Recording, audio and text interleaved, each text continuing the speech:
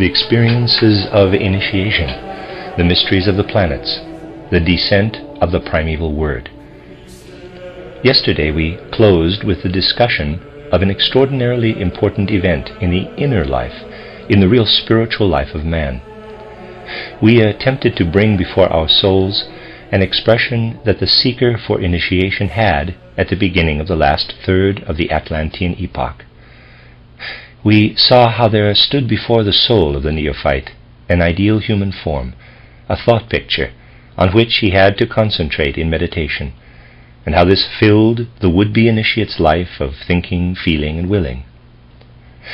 This thought picture had to become ever more the model for the man of the future. Now we must try to conceive roughly how this thought picture looked. It was not entirely similar to the man of today. If we can think of a kind of combination of man and woman in which the lower part is omitted, a sort of double figure in which only the upper part of the body is clearly perceptible, then we have the sensible, supersensible picture that stood before the meditating person at that time. This picture worked so strongly that the neophytes could make their external bodies actually resemble it. It is important that the meditating neophyte had within him, facing him, a sort of human form. If he had been sufficiently prepared to have this picture livingly before him, then he had to realize the following clearly. As I look upon this picture, I transport myself into the earliest condition of the Earth's evolution, when Earth, Moon, and Sun were not yet divided. At that time the Earth consisted of the primeval atom, but in this atom the clairvoyant could see the picture that now arises before me. This picture was already present at the beginning of the Earth, when as yet there were no mineral, plant, or animal forms. At that time the Earth consisted only of the human atom, of reawakened human beings. It is true that the first beginnings of the animals were created during the ancient moon condition of the Earth. Animals already existed then. Footnote: throughout this and the following lectures, much is said of the development of human and animal forms. For an attempt to systematize Dr. Steiner's views in this field and to bring them into connection with the ordinary scientific knowledge, the reader is again referred to Poppelbaum, Man and Animal. End quote. Title: Man and Animal. End footnote. But we know, too, that a planetary system, when it disappears, goes into a pralaya, in which all forms are dissolved. Thus, although the ancient moon was already populated with animal forms, the Earth at first contained nothing similar to animals and plants. These first appeared later. Only after the separation of the sun did the animals gradually appear. The Earth was purely human in its first beginnings. The neophyte looked back upon this primeval condition of the Earth. He saw in the primeval atom the ideal human form. Keeping this form before him, he realized, thus I transport myself into the earliest condition of the Earth. What lives in the Earth, the ideal human picture or form, tells me that the Godhead works from eternity to eternity. It has formed itself out into these forms. It has poured itself out into these forms. It has breathed out this original human form. Then he asked himself what happened to the animals, plants, and other beings. In spirit, the neophyte saw the primeval form of the Godhead. He saw the animals and plants as accompanying forms, which appeared on earth only at a later time. Everything in the lower kingdoms was regarded by the Atlantean neophyte as having proceeded from the human form. We understand this thought if we recollect how coal is formed. Think of the huge primeval forests that once flourished and are now coal. The plants have remained behind, evolving out of a higher kingdom into a lower one. The plants have hardened into stone. Thus the pupil of the Atlantean mysteries saw everything in the world about him as the product of the human form. In primeval times this impression was conjured before the soul of man. These impressions were retained in memory through the time of the flood. The ancient Indian initiators again called up in the souls of their pupils this picture of primeval man, of the man who had been breathed forth by the eternal self. When the Indian pupil had this picture before him, he felt that everything had sprung from it, that what appeared in this picture as the blood had become the waters of the earth, etc. This picture expanded until it became the foundation of the universe. Then the following was put before his soul. It was said to him, "In this picture you have two things before your eyes. First, the picture itself, but then also what lights up in you as your innermost essence when you contemplate this picture. Without is the macrocosm. Within you is what you feel as a sort of extract, the microcosm." When the Greeks under Alexander pressed into India and met the last echoes of what the pupils had felt in ancient times, they experienced the following. When the pupil contemplates what is spread out in the universe as man, then he has Heracles before him. The Indians gave the name of Vach to what lived as the forces of the world all. But in man, as a sort of extract of the whole, they felt what they called Brahman. Footnote, the Sanskrit word is Vach or Vak. See Maurice Bloomfield's title, Religion of India, pages 191 and 243 of the New York Putnam 1908 edition. Dr. Steiner uses WHA in German, but the first letter should be pronounced like the English V, hence the Va becomes Va in VHA in English. Va. Sorry, I said Vach. End of footnote. Thus the Greeks expounded these echoes of what occurred in the soul of the pupil of the ancient, holy Indian culture. This was the fruit of the Greeks' campaign to India under Alexander the Great. Out of precisely this fundamental feeling developed the sacred doctrine of the ancient Indian initiates, which appears like a spiritual image of that primeval state of the earth when it still contained the sun forces and high beings, for whose sublimity man later yearned. Hence it was a great moment in his spiritual life when the pupil was initiated and could allow to arise within him what was grasped as Brahman. This was a mighty event in the human soul. It was a rising into higher worlds. In no other way could a man be initiated and achieve real vision than by rising into higher worlds. The world around us is the physical world. Within and around it surges the astral world. Higher stands Devakan, the world of the gods. The pupil must penetrate to the highest regions of Devakan if he is to feel Brahman, the primeval self, in the macrocosm. Then he is in highest Devakan, the world of the gods, whence springs the noblest that is in man. It was a realm of the highest and most perfect order into which the pupil was transported, a realm that offered much knowledge in addition to what has been described here. Before we go any further, we must learn to know the teachers also. All of you have heard of the holy Rishis, who were the original founders of the ancient holy Indian culture and had Manu for their teacher. Who were these 7 great teachers of ancient India? As far as possible, we must explain the nature of the holy Rishis. This requires us to look again into the universe.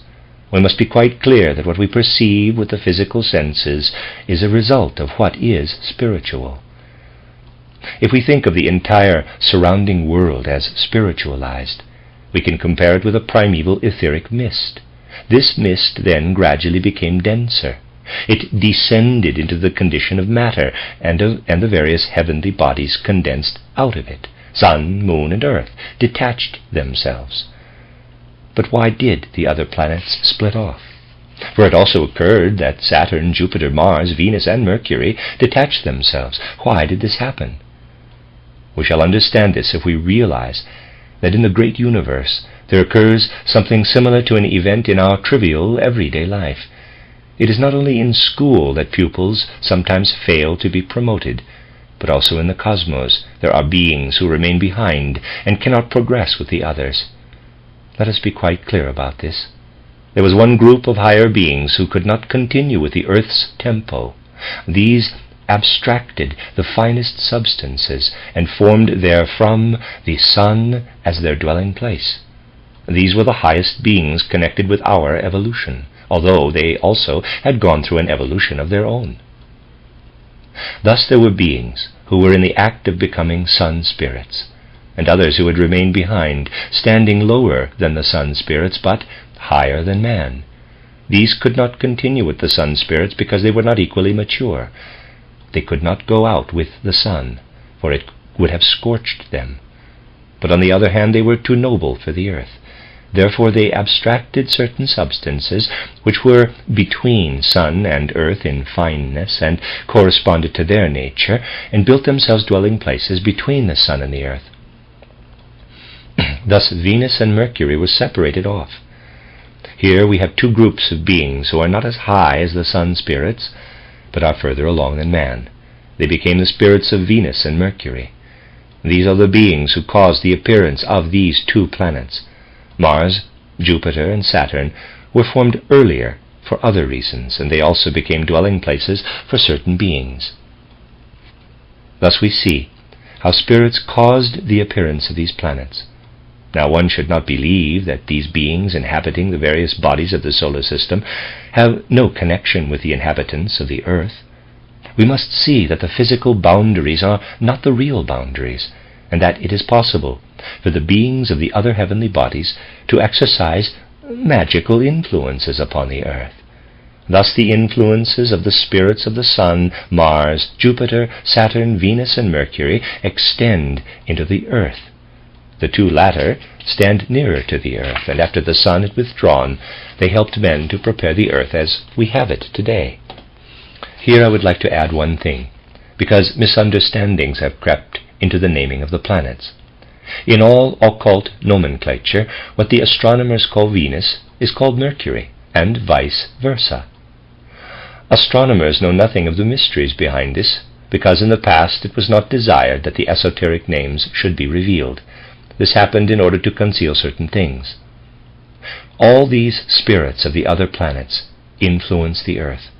From every planet, influences descend upon man. To begin with, however, these influences had need of an intermediary. Through the great Manu, this was provided by the 7 Rishis, being initiated in such a way that each understood the mysteries and influences of a single planet. Since there were 7 planets, there were 7 Rishis, who collectively formed a 7-fold lodge that could transmit to the pupils the secrets of the solar system. We find hints of this in many ancient occult writings. When, for example, it is said that there are mysteries beyond the 7, the reference is to those preserved by the holy Manu himself concerning the time before the splitting off of the planets. The forces preserved by the planets were the subject of the mysteries of the 7 Rishis. This choir of 7 Rishis, in complete harmony with Manu, cooperated in the wonderful wisdom that was transmitted to the pupils. If we were to characterize this, we would have to say that this primeval teaching contained approximately what we learn today as the evolution of humanity through the planetary conditions of Saturn, Sun, Moon, Earth, Jupiter, Venus, and Vulcan.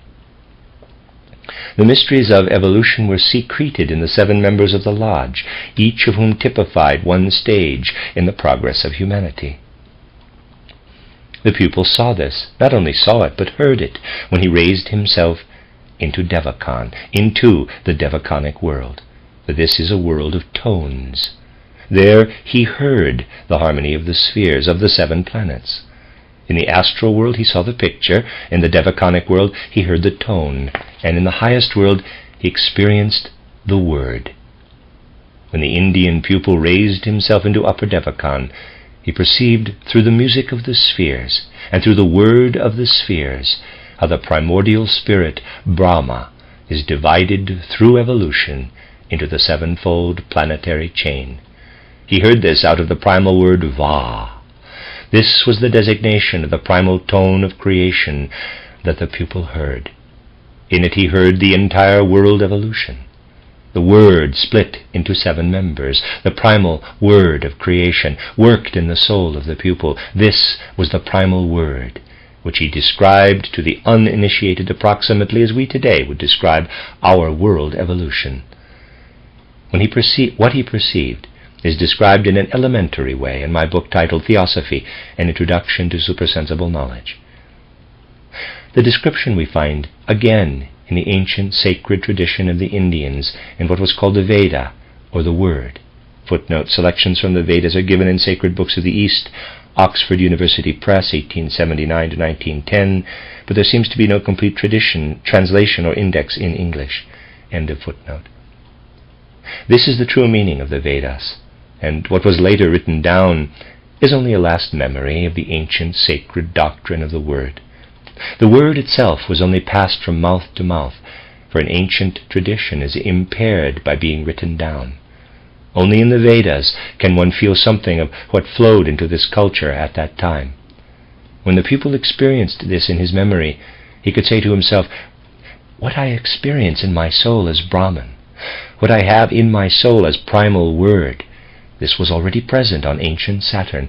On Saturn resounded the first breath of the Veda Word." Evolution had now progressed through the sun and moon stages as far as the Earth. The Word had become continually denser, had taken on ever denser forms, and the picture of man in the primeval seed of the Earth was already a condensation of the condition in which the primeval Word existed on Saturn. What had happened here?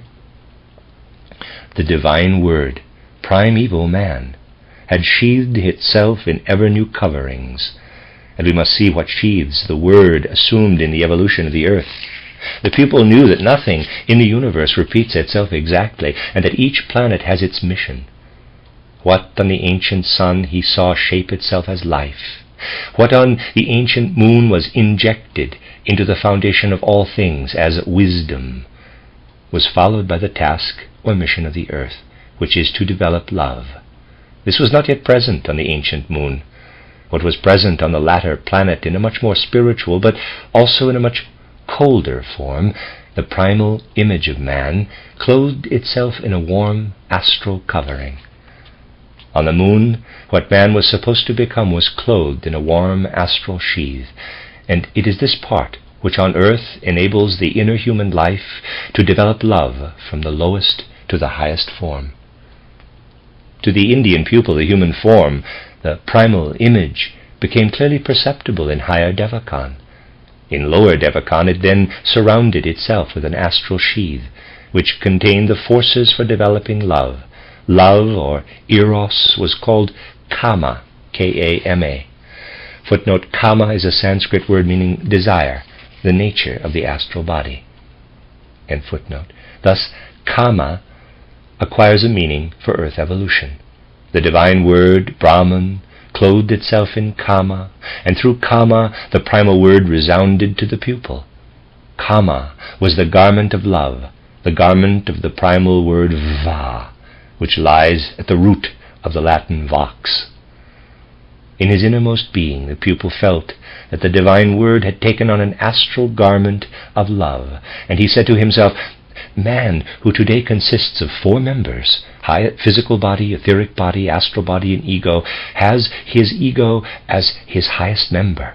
This ego descended into the garment of love and formed kama manas for itself. Kama, in which manas clothed itself, was the innermost essence of man. This was the ego. But we know also that this innermost essence will evolve 3 higher members. These transform the lower members, transform even the physical body. As manas grows out of the astral sheath, as buddhi on a higher stage corresponds to manas, so will the physical body, when it has been entirely spiritualized, be atma. All this already existed germinally in the Va, and a verse of the Veda recalls how the pupil brought the mystery of the innermost being to expression. We know that the physical body first appeared on Saturn, the etheric on the sun, the astral on the moon, and the ego on the earth. The true and original human germ, the primal Va, however, already contained the 3 following members in itself. Man may still expect 3 higher members as well, and then only will he be a true image of the Word of creation, the primal Word. It was pointed out to the pupil that only to the initiate could the true nature of the physical, etheric, and astral bodies be made clear. Today, man is himself only Let me read that again. Today man is himself only when he expresses his I am, when he keeps in mind what is entirely his own. Only then is he fully man. The other members are manifest, but in them he is still unconscious. In the fourth, however, the Va becomes manifest. In the fourth, man speaks. This was the verse of the Veda. When the word of the ego resounds, the fourth part of the Va resounds. The verse of the Veda reads, 4 parts of the Va are manifest, 3 are visible, 3 are now concealed. In the fourth speaks man. Here we have a wonderful description of what we have so often heard. This stood before the pupil's spiritual perception. His gaze was directed backward to the condition in which nothing was as yet separate, in which there was still a primeval earth, in which the full Va spoke. This is expressed in another verse of the Veda. Formerly I knew not what the I am is. Only when the firstborn of the earth came upon me did the spirit become filled with light, and I had a share in the holy Va. In this is reproduced the vision that the initiate had. In all this we have a hint of the experiences of the ancient pupils of the Rishis, of the wonderful teachings that flowed into the Indian culture that were transmitted. Let me read that again, In all this we have a hint of the experiences of the ancient pupils of the Rishis, of the wonderful teachings that flowed into the Indian culture, were transmitted to the following epochs, and were transformed in accordance with the needs of other peoples. But all these understood the primeval word, Va. We shall understand many things better if we keep in mind one mystery in its full scope. We must imagine that at that time the teacher's influence on the pupil was entirely different from what it is today. Such an influence is now possible only when the pupil has already been brought to a certain stage of initiation. The forces exerted by the teacher on the pupil were much stronger at that time. Not only what the teacher could transmit by word or writing had an effect. In reality, all this worked only on the intellectual soul. But apart from this, mysterious, magical forces worked from the teacher to the pupil, and it was essentially the teacher's forces that were able to fill with brightness and living force the pictures that the teacher called up before the pupil's soul. This singular influence was lost only in the fourth post-Atlantean period, in the Greco-Latin culture. These forces simply change. When one of the old Egyptians confronted a young person, it was quite different from a teacher confronting a pupil today. Entirely different forces worked from age to youth. This will be recognized by anyone who seeks to understand what was still described in ancient Greece. Socrates actually had telepathic powers, which he allowed to work on his pupils while he instructed them. Such things can no longer work in our time, but they are hinted at in Plato's writings. What was entirely justified then would be rejected as a misdemeanor today. Changes took place, and today no one has a right to copy such methods. Certain phenomena today may remind us of this, but they must be considered reprehensible. In ancient times, forces proceeded from the teacher to the pupil. Even in ancient Egypt, there were still a great many people who could absorb forces in this manner. If a person who was especially sensitive stood before someone who had learned to strengthen his thoughts, a strong thought worked in such a way that it appeared as a picture in the soul of the sensitive person. In ancient Egypt, such a telepathic influence was eminently possible, and thought transference was present to a high degree. If a strong will nature confronted someone who had not been strengthened, this was often the case. In Egypt, one was able to guide and direct in a high degree through thoughts, in a way we today cannot imagine at all. Today such forces would be woefully misused. In ancient Egypt, however, initiation rested principally upon forces of this kind. This was likewise true in ancient India and Persia.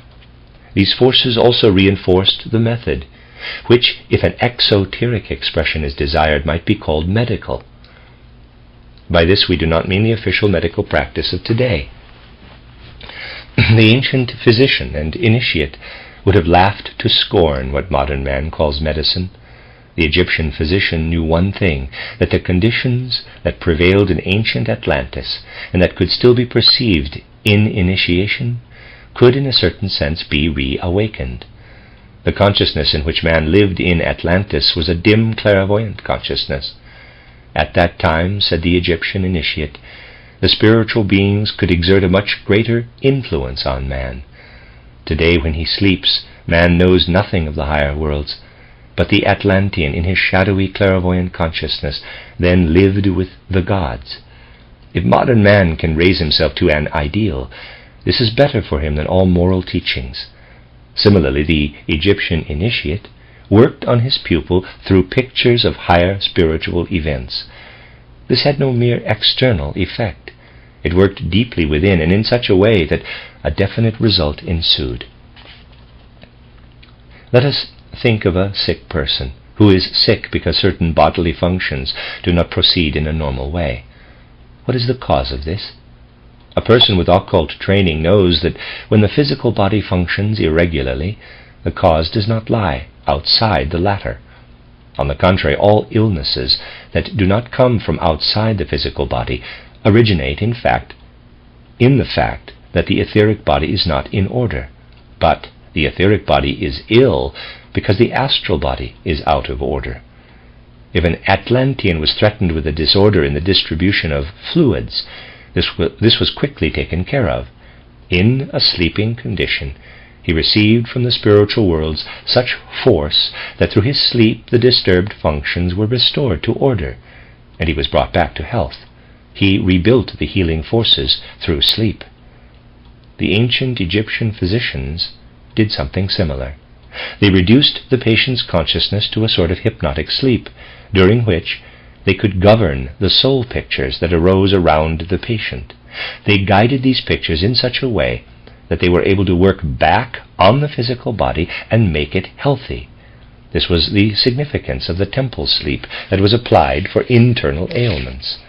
The patient was given no medicine, but was allowed to sleep in the temple. His consciousness was damped down, and he was allowed to look into the spiritual worlds. Then his astral experiences were guided in such a way that they had the power to pour health into the body. This is no superstition. It is a secret that was known to the initiates. They introduced the spiritual into the patient's experiences. In this medical art, which we find so closely connected with the principle of initiation, the Atlantean conditions were artificially recreated during the healing. Since man did not work upon himself through his day consciousness, those forces could be active that were necessary for healing. This is how the temple sleep worked. In the in the Egyptian culture, there still reigned that principle which in India reigned among those wise Rishis who guided affairs, who transmitted the planetary forces, who were the pupils of Manu, the great teacher of that first sublime culture. In the first post-Atlantean culture, it was the Rishis who brought the sublime teaching that led man into lofty spiritual worlds, even into the world of higher Devakan. In the succeeding cultural periods, what was seen there was led down as far as the physical plane. Until the fourth post-Atlantean period, there continued to descend into the physical plane that being whom we learned to know as Brahman in the Indian period, and whom we now designate as Christ. No longer does he transmit the spiritual. He himself became man, in order to radiate over all men the mysterious power of the primal word.